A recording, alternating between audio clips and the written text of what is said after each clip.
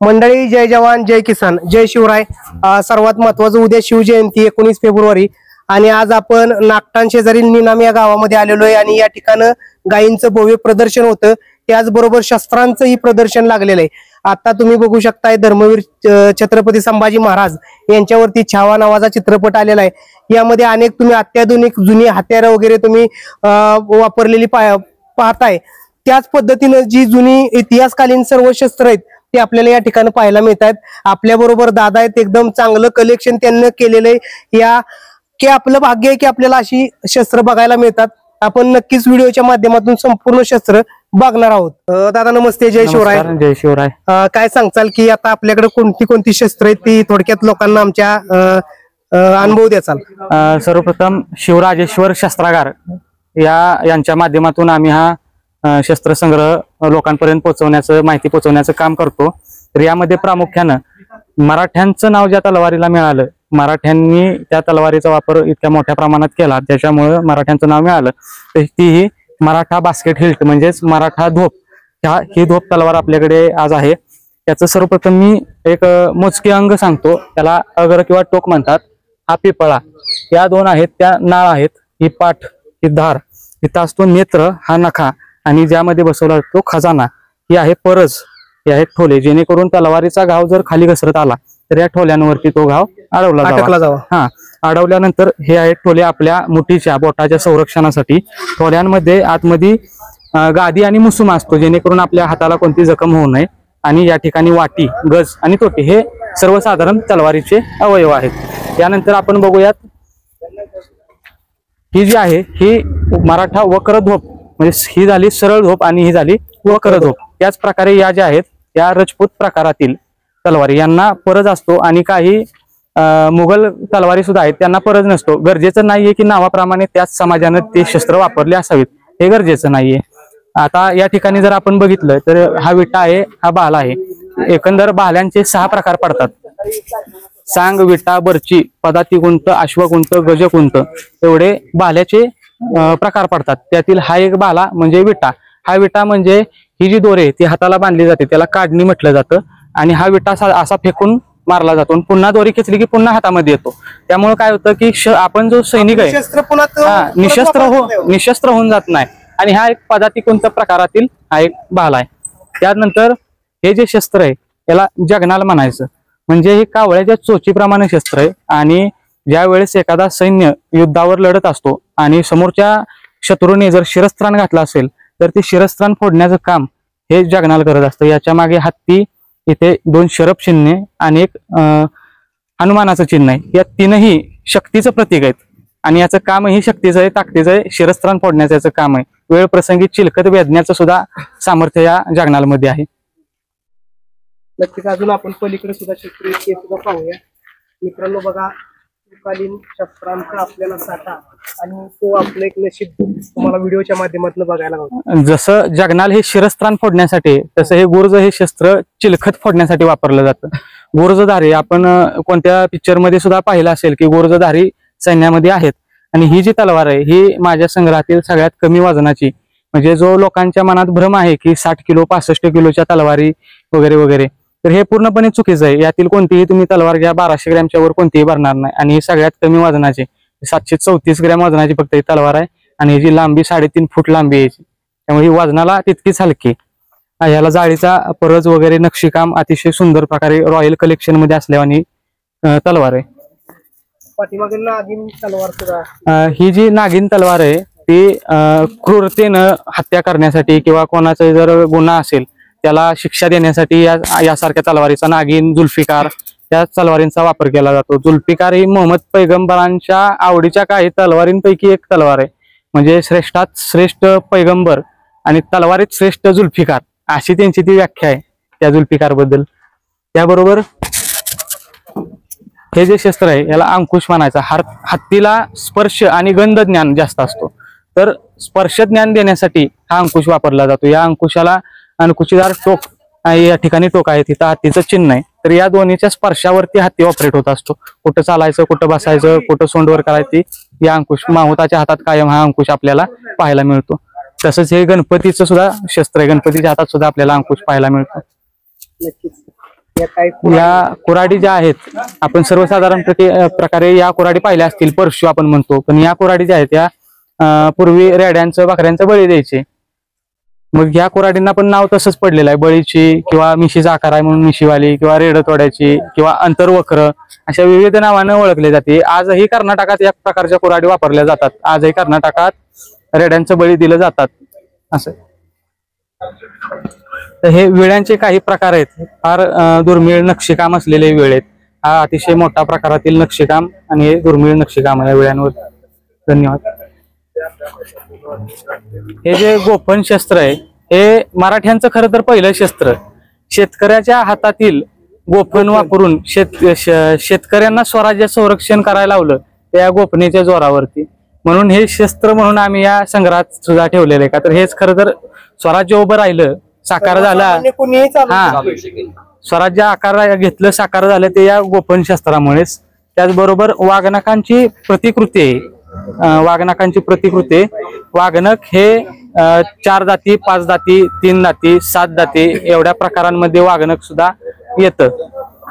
त्याचबरोबर हे पेशकवच नावाचं शस्त्र आहे. एक सुरीच्या आकाराप्रमाणे परंतु विविध आकारांमध्ये, लांबी रुंदी कमी जास्त यांमध्ये हे पेशकवच म्हणून येतं.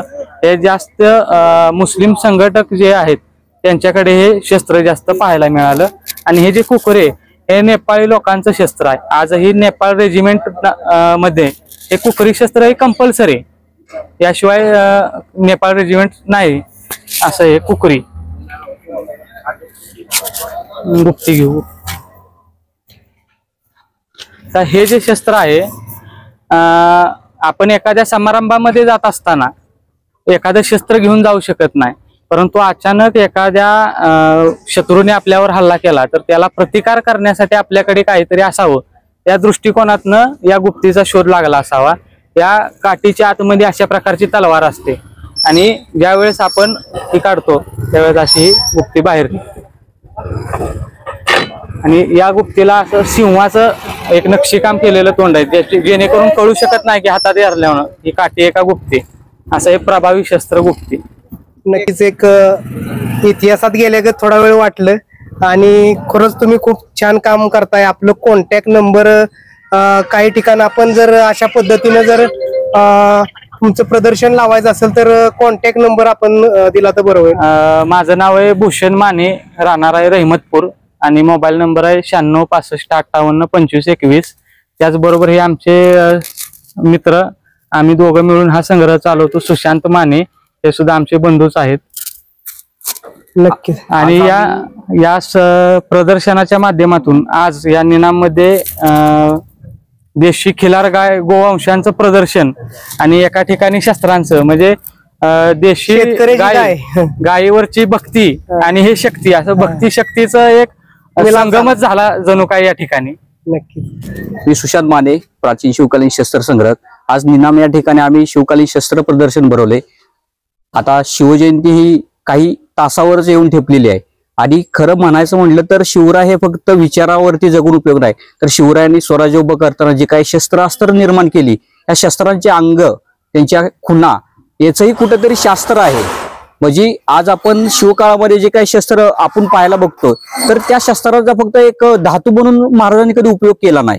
त्या शस्त्राला प्रत्येक विविध पक्ष्यांचं जे काही चिन्हांकित आहे किंवा एखादं शस्त्र, जसं गोमुख ठोल्याचा जो प्रकार म्हणतो, जर आपण बऱ्याच शिल्पामध्ये गेलो तर मंदिराला बाहेर गोमुख पद्धतीचं शिल्प तयार असलेलं आपल्याला पाहायला मिळतं. मग महाराजांची एवढी दूरदृष्टी होती की त्यांनी शस्त्रामध्ये सुद्धा आपल्या अवतीभोवती जे काही शास्त्र असेल, जे काही भक्ती आपण देवावरती करतोय किंवा शिल्पावरती करतो, याचं एकत्रित सार करून ह्या शस्त्रामध्ये विविध प्रकार आपल्याला पाहायला मिळतात. आणि आज या ठिकाणी निनाम या गावांनी आम्हाला ही संधी दिली प्रदर्शन ही करायची. आणि निश्चितच जोपर्यंत आम्हाला ही कार्य करण्याचं आमच्या नशिबी लिहिलेलं आहे तोपर्यंत आम्ही हे शिवछत्रपतीचे कार्य अखंड कार्यरत ठेवतच आहोत. आणि आम्ही शिवशस्त्रागार, शिवराज्य शस्त्रागारांचं आमचा एकच संकल्प आहे की शेवटच्या श्वासापर्यंत आमच्या महाराजांचा, आमच्या ह्या मावळ्यांचा जो पराक्रम इतिहास आहे तो जगापर्यंत मांडण्यासाठी आम्हीही कुठं कमी पडत नाही आणि तुम्हीही कुठे कमी पडू नये. आपल्या राजाचा इतिहास 7 समुद्रा पार जाऊन पोहोचलेला आहे, पण कुठेतरी दुःख वाटतंय की आज आपण त्यापासून वंचित राहिलेलो आहे. का तर ही भूमी,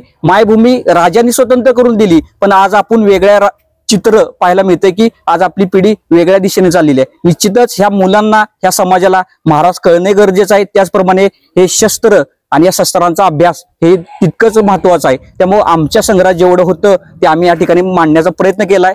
आज तुम्ही या ठिकाणी आला त्याबद्दल शिवराजेश्वर आर्ट्स परिवारातर्फे तुमचंही आम्ही आभार व्यक्त करतो. आणि निश्चितच निनाम या ठिकाणी आज संध्याकाळी 8 पर्यंत हे प्रदर्शन चालू आहे. तर आवर्जून ह्या भागातील सर्वांनी या प्रदर्शनासाठी आवर्जून या ठिकाणी येऊन हे प्रदर्शन पाहावे. जय जिजाऊ, जय शिवराय, जय शंभूराजे. असं असेल की एखादं ह्या शस्त्रामधील आपल्या मावळ्यांनी, आपल्या शिवाजी महाराजांच्या हातातून आलेली सुद्धा शस्त्र आहेत, असू शकतात ना. काही पराक्रम सुद्धा ह्या शस्त्रांनी घडले गेलेले आहेत. खरं तर ही जी शस्त्र आहेत ही सर्व शस्त्र निश्चित काळ नाही सांगता येत, परंतु एक 200, 300, 350 वर्षापूर्वीचे आहेत. आणि ही वापरातली आहेत.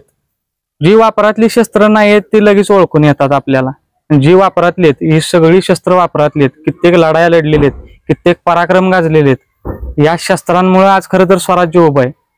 हे शस्त्राच्या माध्यमातून इतिहास, शस्त्रांच्या माध्यमातून छत्रपती शिवाजी महाराज लोकांपर्यंत पोहोचवावेत. आज संभाजी महाराजांचं सुद्धा छावा चित्रपटाच्या माध्यमातून खरं रूप जगाच्या समोर यायला लागलेलं आहे.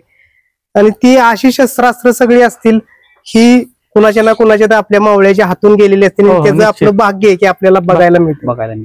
छावा चित्रपटामध्ये जी शस्त्र वापरली गेली ते आमचे सहकारी शस्त्रास्त्रांचं इतिहासाचं मार्गदर्शन करण्यासाठी आमचे सहकारी वाईचे अर्बुनी सर आणि शस्त्रास्त्रांचे तज्ञ, जे शस्त्रास्त्रांवर अतिशय गाढा अभ्यास आहे, ते सत्यजित वैद्य यांच्या माध्यमातून त्यांनी ती शस्त्रास्त्र इतिहास पुरवला. त्यामुळे निश्चित एक अभिमानाची गोष्ट आहे की आज पहिल्यांदा एखाद्या चित्रपटामध्ये योग्य माणसाच्या हातात योग्य शस्त्र पोच झालेलं आहे. आजपर्यंत पिक्चर मध्ये वेशभूषा म्हणा किंवा शस्त्रास्त्रे ही त्या मावळ्याशी निगडीत किंवा त्या प्रसंगाशी निगडीत नसतात. कोणतं शस्त्र कसं वापरावं हे ज्या त्या माणसाला माहिती असतं आणि तो या चित्रपटामध्ये पुरेपूर योग्यरित्या दाखवलेलं आहे असं मला वाटतं. मंडळी बघा, आपण पूर्ण इतिहास जाणून घेतला आणि आता छत्रपती धर्मवीर संभाजी महाराजांच्या वरती सुद्धा छावा नावाचा चित्रपट आलेला आहे. तो सुद्धा आपण थिएटरमध्ये जाऊन बघा की खरं संभाजी महाराज काय होते. इतक्या दिवस त्यांचा इतिहास दडपून टाकला गेला. अनेक कार्यक्रमामध्ये, सांस्कृतिक कार्यक्रमामध्ये त्यांचा इतिहास सांगत असतील तर तो कार्यक्रम बंद पडला जात होता. पूर्ण इतिहास दडपून टाकला जात होता. परंतु आता जगासमोर हा इतिहास येऊ लागला. जेवढे छत्रपती शिवाजी महाराज पराक्रमी होते त्यापेक्षाही जास्त पराक्रमी छत्रपती धर्मवीर संभाजी महाराज होते. आणि खऱ्या अर्थानं आपण आजचं हे संपूर्ण विश्व बघितलं. जास्तीत जास्त व्हिडिओ शेअर करा की जेणेकरून आपली इतिहासातील सर्व वस्तू लोकांच्या पर्यंत पोहोचतील. आणि सर्वात महत्वाचं हे निनाम गाव आणि खरोखर उपक्रम एकदम सुंदर आणि लोकांना लाजवण्यासारखं. खरी शिवजयंती आणि खरी शिवाजी महाराजांना आदरांजली असेल तर हे निनाम गावात केलेलं आजचं काम. जय शिवराय, जय जवान, जय किसान.